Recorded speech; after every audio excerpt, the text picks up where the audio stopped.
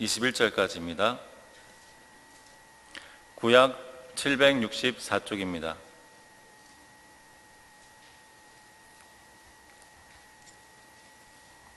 우리 함께 봉독하시겠습니다. 시작. 대만 사람 엘리바스가 대답하여 이르되 누가 내게 말하면 내가 실증을 내겠느냐? 누가 참고 말하지 아니하겠느냐? 보라, 전에는 내가 여러 사람을 훈계하였고 손이 느려진 자를 강하게 하였고 넘어지는 자를 말로 붙들어 주었고 무릎이 약한 자를 강하게 하였거늘 이제 이 일이 내게 이름에 내가 힘들어하고 이 일이 내게 닥침에 내가 놀라는구나. 내 경유함이 내 자랑이 아니냐? 내 소망이 내 온전한 길이 아니냐? 생각하여 보라. 죄 없이 망한 자가 누구인가? 정직한 자의 끊어짐이 어디 있는가? 내가 보건대 악을 밭갈고 독을 뿌리는 자는 그대로 거두나니 다 하나님의 입 기운에 멸망하고 그의 콧김에 사라지느니라. 사자의 우는 소리와 젊은 사자의 소리가 그치고 어린 사자의 이가 부러지며 사자는 사냥한 것이 없어 죽어가고 암사자의 새끼는 흩어지느니라. 어떤 말씀이 내게 가만히 이르고 그 소리로 내 귀에 들렸으니 사람이 깊이 잠들 쯤에 내가 그 밤에 본 환상으로 말미암아 생각이 번거로울 때 두려움과 떨림이 내게 이르러서 모든 뼈마디가 흔들렸느니라. 그때 영이 내 앞에서 지나매 내 몸이 털이 쭈뼛하였느니라. 그 영이 서 있는데 나는 그 영상을 알아보지도 못하여도 오직 한 영상이 내 눈앞에 있었느니라. 그때 내가 조용한 중에 한 목소리를 들으니 사람이 어찌 하나님보다 이롭겠느냐? 사람이 어찌 그 창조하신 이보다 깨끗하겠느냐? 하나님은 그의 종이라도 그대로 믿지 아니하시며 그의 천사라도 미련하다 하시나니 하물며 흙집에 살며 뒷글로 털을 삼고 하루살이 앞에서라도 무너질 자이겠느냐?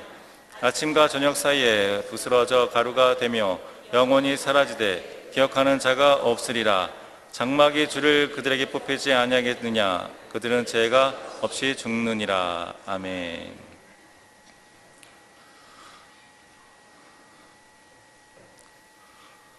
저는 이번에 여름휴가 때 6년 만에 또 중국을 다녀왔습니다. 여기서 모두 성도님 중에서 아시는 분도 계시지만 제 와이프가 중국 사람입니다. 제가 필리핀에서 공부하는 가운데 만나서 또 결혼도 또 하게 되었고 또 딸 2명도 있습니다. 오랜만에 와이프 가족들을 만나서 즐거운 시간을 보내고 함께 식사도 하고 쇼핑도 하고 또 제가 먹는 좋아하는 또한 둘이 한잔 먹으면서 좋은 시간을 가졌습니다. 그런데 하루는 와이프가 갑자기 아침에 일어나더니 수박 먹자고 수박 사러 나가자는 것입니다. 그래서 수박 사러 나갔습니다. 그런데 제가 그 수박을 보고 나서 놀랐습니다.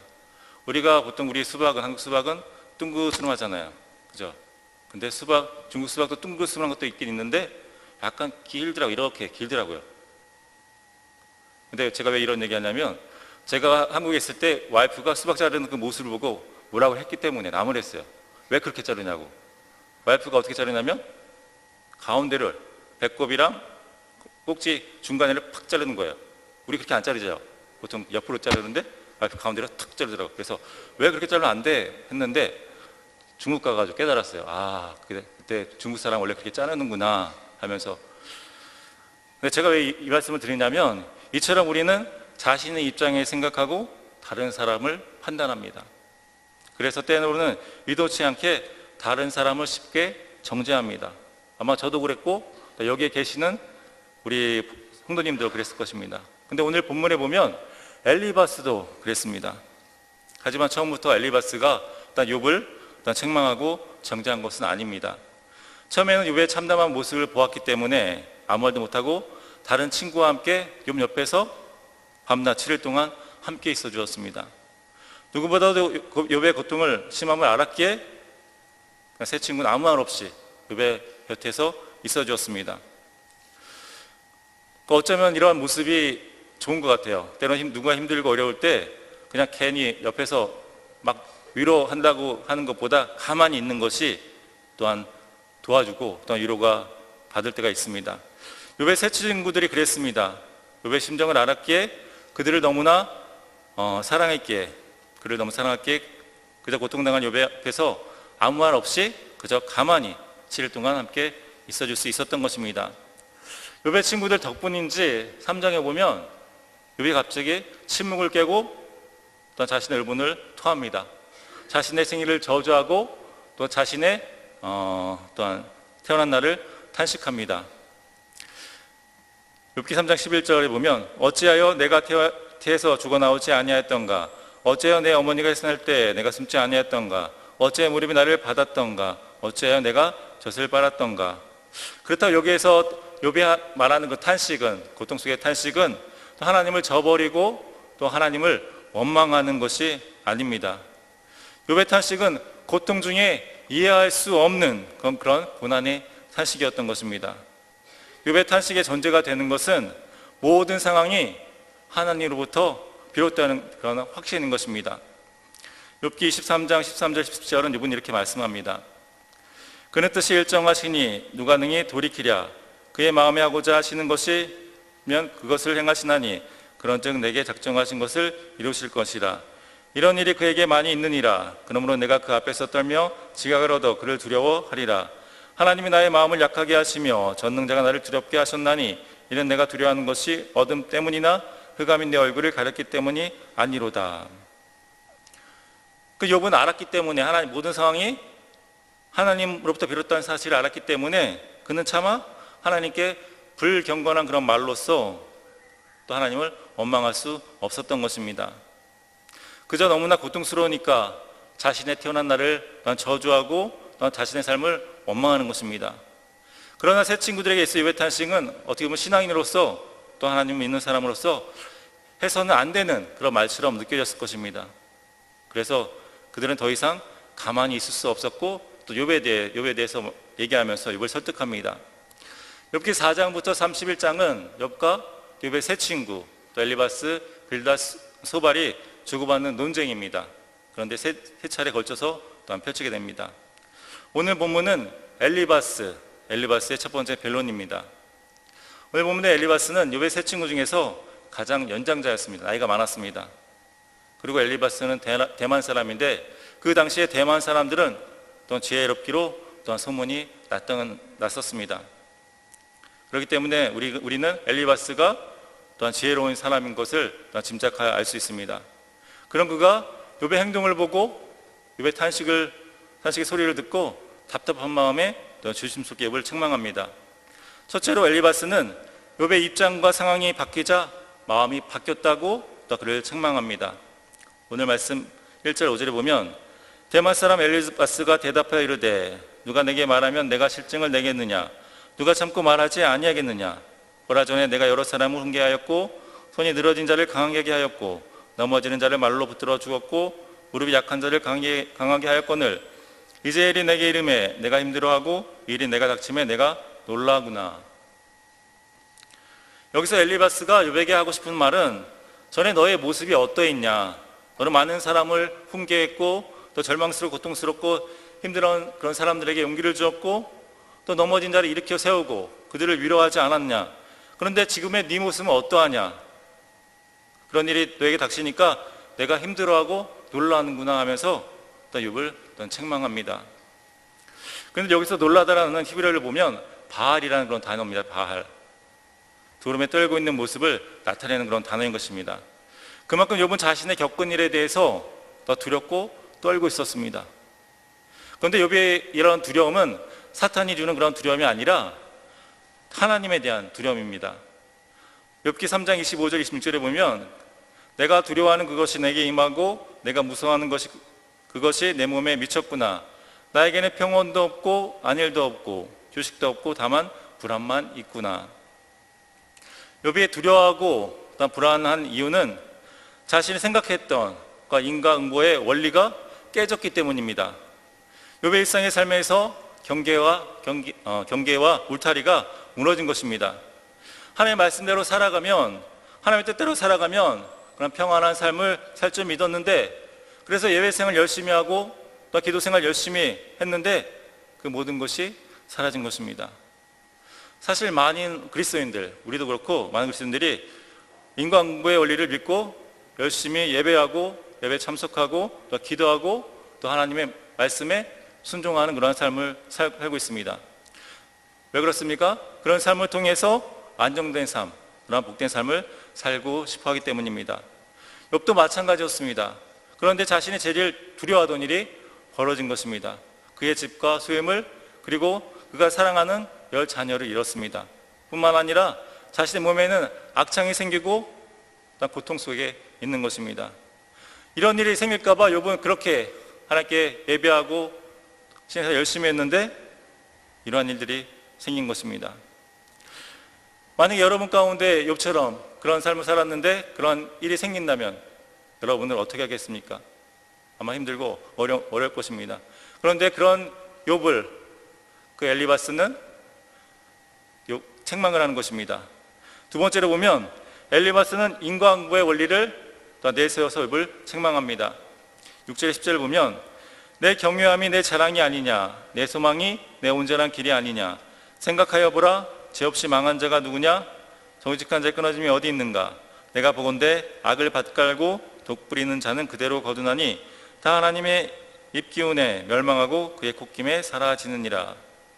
마치 11절에 사자의 우는 소리와 젊은 사자의 소리가 그치고 어린 사자의 이가 부러지며 사자는 사양 것이 없어서 죽어가고 암사자의 새끼는 흩어지는 것처럼 약탈자는 아무것도 얻지 못하고 죽는다는 것입니다. 즉 엘리바스가 말하는 그 내용은, 또 엘리바스가 말하는 그 결론은 사람은 심는 대로 거둔다는 것입니다. 죄 있는 자는 망하고 죄 있기 때문에 망한다는 것입니다.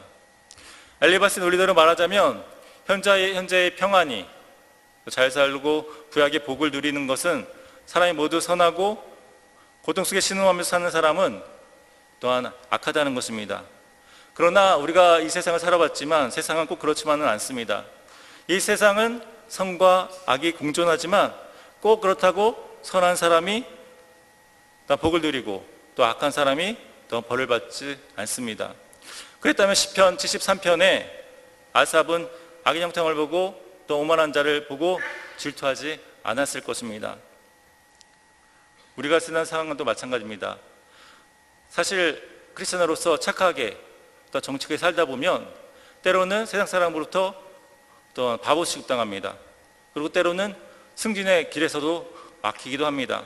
그러나 좀 약삭빠르게 살아가고 또 윗사람들 또 비율을 맞춰주는 그런 사람들 보면 어떻습니까? 승진도 하고 출세하는 것처럼 보이기도 합니다.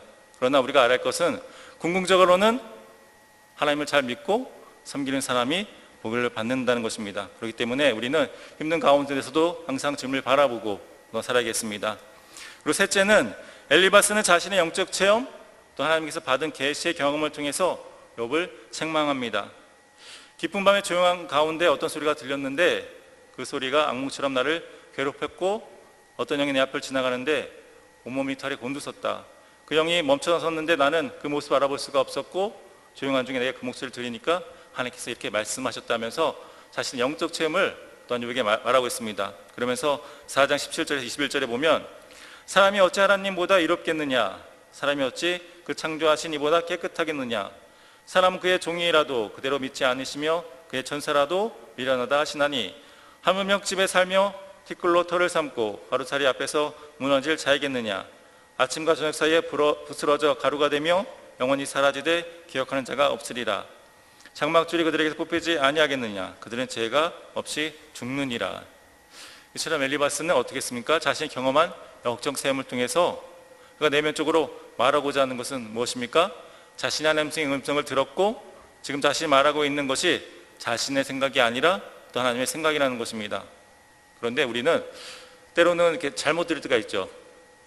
때로는 그 말씀이 하나님께서 받은 것일 수도 있지만 그게 사탄으로부터 받는 사실을 우리는 기억해야 됩니다. 그렇기 때문에 첫 번째 받았다고 우리는 그것을 바로 말하는 것이 아니라 다시 한번 하나님께 기도하는 가운데 다시 한번 하나님의 음성을 들어야 될 것입니다. 그러면서 그 강조하는 것은 사람이 하나님보다 더 이로울 수 없고 창조자보다 더 경건할 수 없다는 것입니다. 그러므로 너는 의인인 척하지 마라. 사람이 어찌 하나님보다 이롭겠느냐, 사람이 어찌 그 창조하신 보다 깨끗하겠느냐. 하나님께서 죄가 없는 그런 사람에게 고통을 줄 리가 없다고 하면서 욥이 당하고 있는 고난을 일단 불의로 말미암는 것이라고 확신하며 욥을 정죄하는 것입니다. 그러면서 욥기 5장 8절에 보면 이렇게 말합니다. 나라면 하나님을 찾겠고 내 일을 하나님께 위탁하리라. 하나님께 맡긴다고 또 얘기하고 있는 것입니다. 이처럼 엘리바스의 그 말을 듣고 있노라면 그는 경건하고 정말로 신앙적인 그런 사람입니다. 사실 그가 욥을 책망하는 내용을 보면 결코 틀린 말은 아닙니다. 죄 없이 망한 자가 누구인가? 정직한 자의 끊어짐이 어디 있는가? 다 맞는 말입니다. 그리고 성경이 강조하는 것도 하나님의 말씀에 순종하면 복을 받고 하나님의 말씀에 불순종하면 또한 저주를 받는다, 벌을 받는다. 그 인과응보의 원리입니다. 그리고 사람이 어찌 하나님보다 이롭겠느냐? 사람이 어찌 창조하신 이보다 깨끗하겠느냐? 그렇습니다. 사람이 어찌 하나님보다 위롭고 깨끗할 수가 있겠습니까? 그리고 그가 마지막 얘기한 건 힘들고 어려울 때 하나님을 찾고 하나님을 의지하고 기도하라. 우리가 신앙생활하면서 보통 많이 듣는 말씀이고 또 우리가 또 많은 다른 사람들, 힘들고 어려운 사람들에게 또한 조언이나 충고할 때 가장 많이 해주는 그런 말씀입니다. 어찌 보면 엘리바스는 욥에게 우리가 아는 그런 정답을 말했습니다.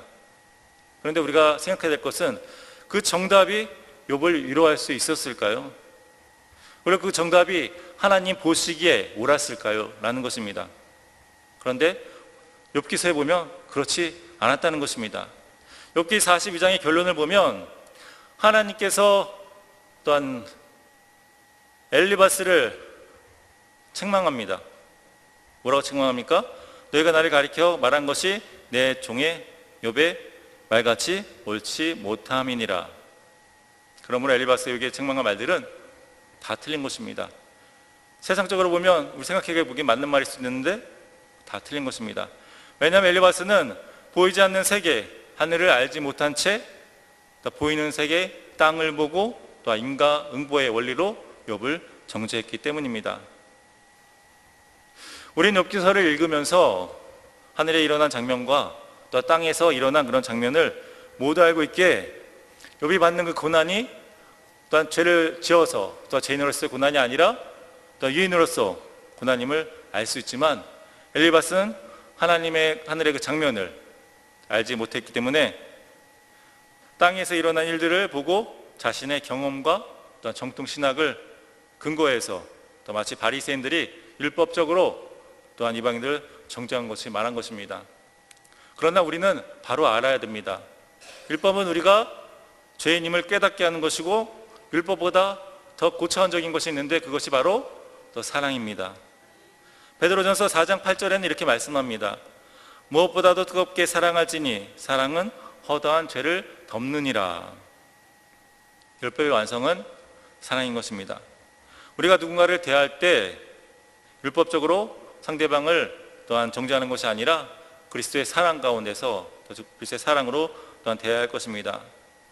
복음서에 보면 예수님께서 많은 기적과 또한 이적을 베푸시는 그런 장면이 있습니다. 그런데 거기 내용에 보면 예수께서 기적과 이적을 보였을 때 불쌍히 여기시고 라는 그런 말씀이 많이 나옵니다. 마태복음 15장 32절에 보면 예수께서 제자들을 불러 이르시되 내가 무리를 불쌍히 여기노라. 그들이 나와 함께 있는지 이미 사흘임에 먹을 것이 없도다. 이래서 기진할까요? 굶겨 보내지 못하겠노라. 그리고 마태복음 9장 35절에 36절에 보면 예수께서 모든 도시와 마을에 두루 다니사 그들의 회당에서 가르치시며 천국 복음을 전파하시며 모든 병과 모두 약한 것을 고치시니라. 무리를 보시고 불쌍히 여기시니 이는 그들이 목자 없는 양같이 고생하며 기진함이라.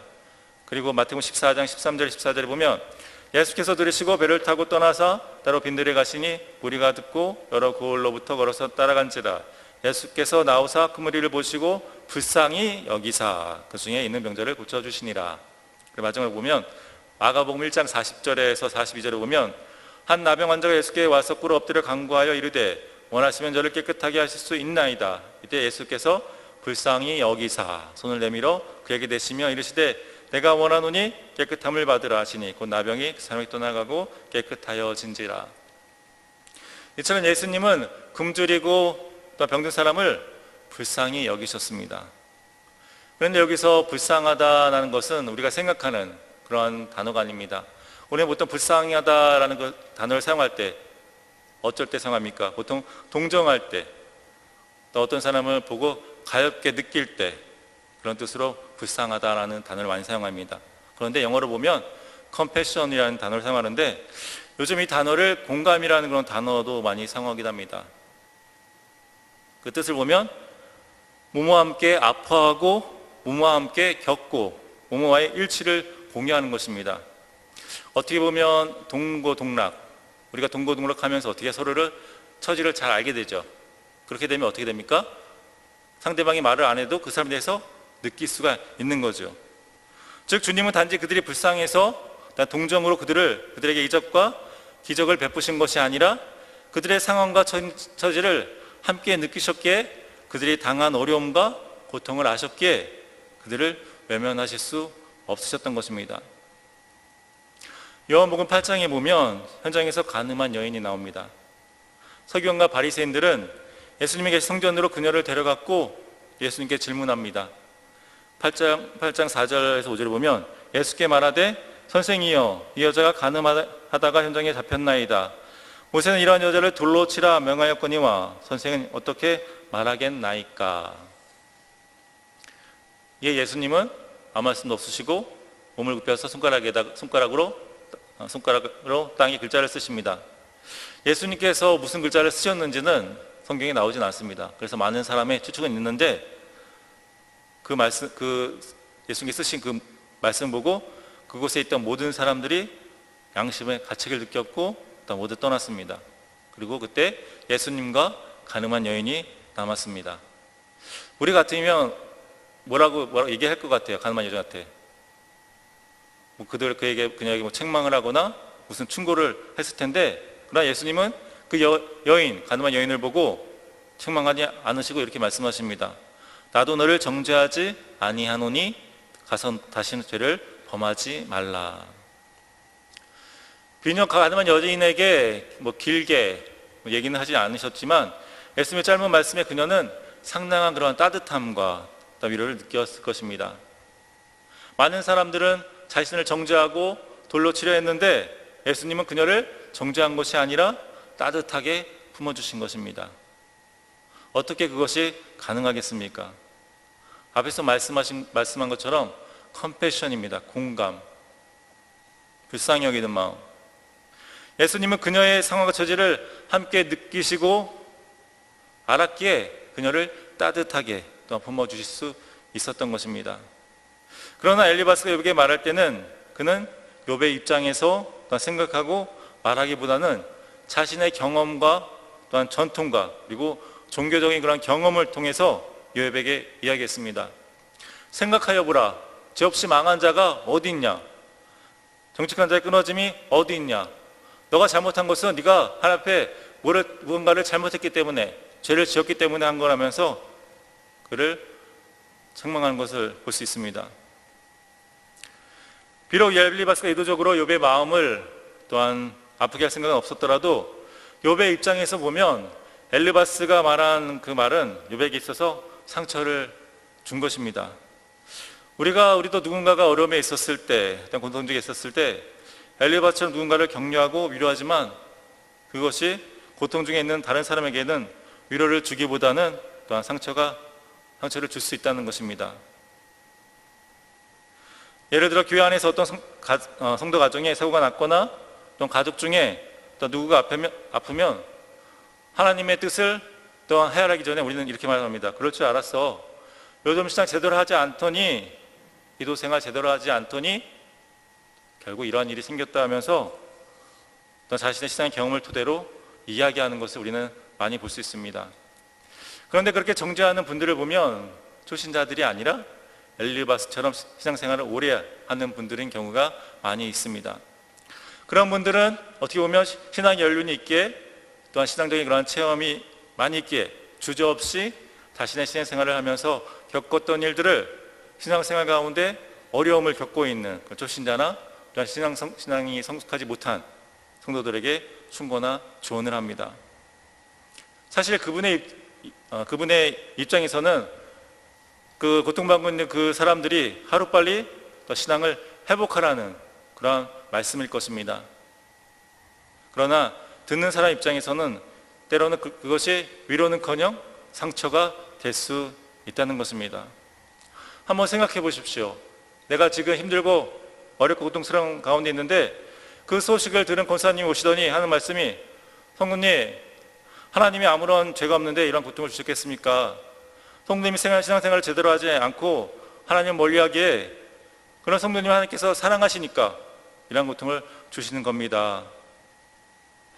이럴수록 더욱 힘을 내어 하나님께 기도하고 간구하세요. 그러면 하나님께서 모든 것을 용서해 주시고 또 모든 것을 회복해 주실 것입니다.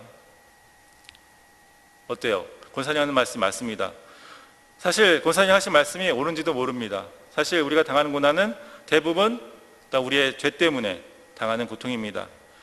그리고 그런 우리를 하나님께서 사랑하시기 때문에 또한 징계하십니다. 하지만 고통당하고 있는 사람에게는, 또한 고통 중에 있는 그런 사람에게는 그런 말이 위로가 되겠습니까? 아마 머리로서는 이해가 될 겁니다. 권사님 하시는 말씀이. 그러나 마음 가운데는 그걸 받아들일 수 못하는 것입니다. 만약 엘리바스가 여기 당한 고통을 공감하고 또 예수님께서 느끼셨던 그 불쌍한 마음을 가지고 있었다면, 또 욥의 입장에서 그가 생각했더라면 그는 인과응보의 그런 잣대로 또 쉽게 욥을 정죄하지 않았을 것입니다.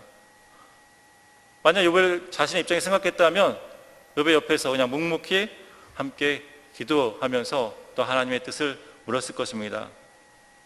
그러므로 여기 있는 우리 성도님들은 내가 가진 지식과 경험으로 고통 중에 있는 누군가를 또 함부로 판단하고 또 정죄하기보다는 주님의 마음으로 그 사람의 또 입장을 한번 헤아려 보고 또 고통 중에 있는 누군가 옆에서 함께 울어주고 또 함께 슬퍼주면서 그 사람이 회복되기를 또 함께 기도할 수 있는 모든 우리 성도님 되기를 또 간절히 소원합니다.